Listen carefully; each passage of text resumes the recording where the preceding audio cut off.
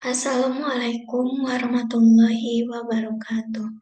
Baiklah, kali ini saya akan mempresentasikan faktor resiko pada PTM. Sebelumnya saya izin share screen dulu.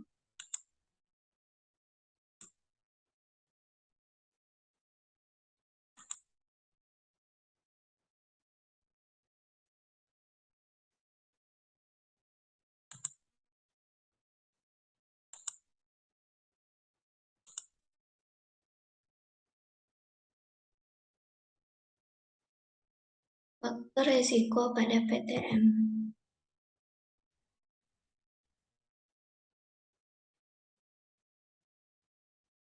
Pengertian komponen ukuran epidemiologi yaitu ukuran-ukuran frekuensi penyakit yang menggambarkan karakteristik kejadian suatu penyakit atau masalah kesehatan di dalam populasi. Macam-macam komponen ukuran epidemiologi. Yang pertama ada insiden, adalah jumlah kasus suatu penyakit yang terjadi pada suatu populasi pada suatu waktu tertentu, tidak hanya ditentukan pada frekuensi di mana kasus baru terjadi dan diagnosis, tetapi juga pada durasi rata-rata suatu penyakit, misalnya waktu pemulihan atau kematian. Yang kedua, prevalensi. Prevalensi adalah jumlah kasus suatu penyakit dalam suatu populasi pada suatu waktu sebagai proporsi dari jumlah total orang dalam populasi itu.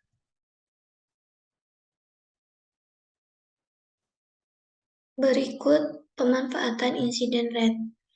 Yang pertama, dapat menunjukkan keberhasilan program pencegahan penyakit. Yang kedua, banyak digunakan dalam penelitian untuk mencari adanya asosiasi sebab akibat. Kita mengadakan perbandingan antara berbagai populasi dengan pemaparan yang berbeda.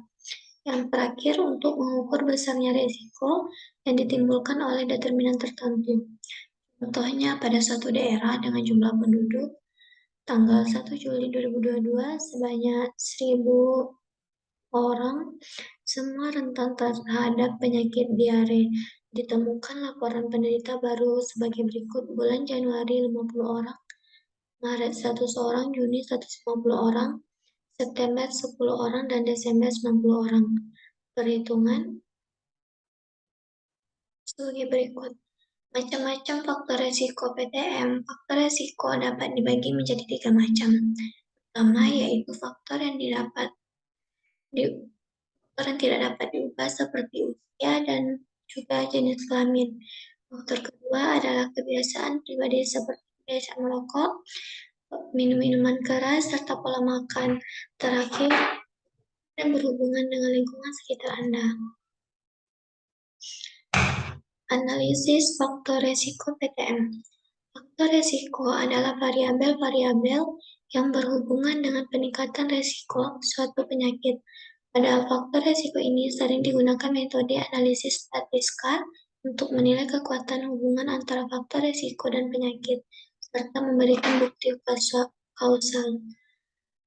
PJK adalah penyakit jantung yang disebabkan karena penyempitan arteri koroner akibat proses aterosklerosis atau SPAM-C atau kombinasi keduanya, jika antara lain mempunyai riwayat sindrom koroner akut dan mendapat tindakan revaskularisasi koroner. Pada penderita DM terjadinya iskemia atau infark miokard kadang-kadang tidak disertai dengan nyeri dada atau disebut SMI, silent myocardial infarction. SMI pada penderita DM mungkin yang menyebabkan kematian karena terlambatnya diagnosis PJK atau sulitnya mendiagnosa PJK pada penderita DM.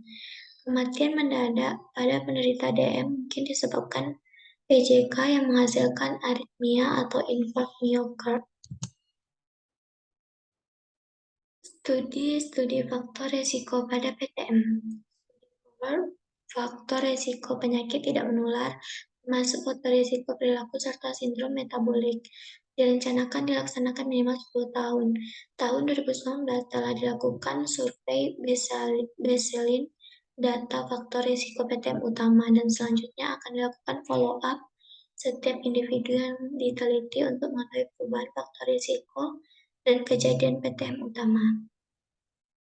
Adapun manfaat studi kohort PTM antara lain: satu, informasi insiden; yang kedua, informasi prediktor utama PTM dan risiko relatif; yang ketiga, informasi prediktor PTM utama dan sindrom metabolik; yang keempat, data dan laporan longitudinal; yang terakhir, bagi masyarakat khususnya responden. Sekian presentasi dari saya. Saya akhiri, wabillahi taufiq wal hidayah. Wassalamualaikum warahmatullahi wabarakatuh.